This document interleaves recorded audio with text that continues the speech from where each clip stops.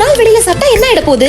அந்த ஒரு நாள் சாப்பிடுற காசுக்கு வீட்ல 5 நாளைக்கு வகை வகையா வக்கனையா சமைச்சு சாப்பிடலாண்டி. ஒரு நாள் வெளியில சாப்பிடலாம்னு சொன்னேன், அதுக்கு இவ்ளோ கஞ்சத்தனம் பண்றீங்க? இதுக்கு பேரு கஞ்சத்தனம் இல்லடி, வீண் விரயம் பண்ணாம இருக்கிறது. முட்டை போடுற கோழிக்கு தாண்டி வழி தெரியும். உனக்கு ஒரு உண்மையை சொல்லவா? என்ன? மாசம் டிவிக்கு இஎம்ஐ கட்டுறேன், ஏசிக்கு இஎம்ஐ கட்டுறேன், பைக்குக்கு இஎம்ஐ கட்டுறேன், போதா குறைக்கு ஓடவே ஓடாத அந்த காருக்கு இஎம்ஐ கட்டுறேன். இதெல்லாம் எதனால? எதனால? எல்லாம் உன்னை கட்டணாடி.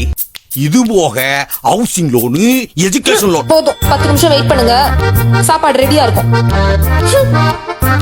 அப்படிவா வலிக்கு. இவளுக்கு சந்தோஷமா இருக்கிறதுக்காக இவளுக்கு என்ன கேட்டாலும் கேள்வி கேட்காம வாங்கி போறோம். ஆனா அந்த பொருளை வாங்குறதுக்கு யார்கிட்ட கடன் வாங்கணுங்கிற கதையை சொன்னா காது கொடுத்து கேட்க மாட்டாளுங்க. நல்லா இருக்குடா புருஷங்களோட நிலைமை.